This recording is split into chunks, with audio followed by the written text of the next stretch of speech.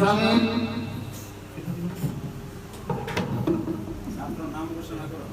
মোহাম্মদ জামিল শুকিয়ারা।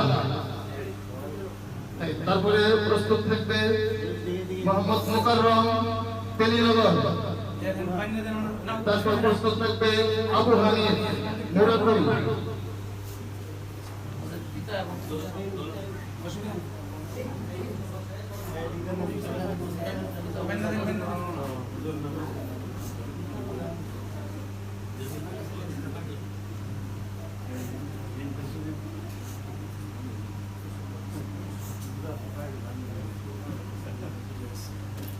এখন আমাদের সামনে বক্তব্য রাখবেন আল্লামা শাইখ সাজিদুর রহমান সাহেব এবং তিনি মুনাজাত করবেন।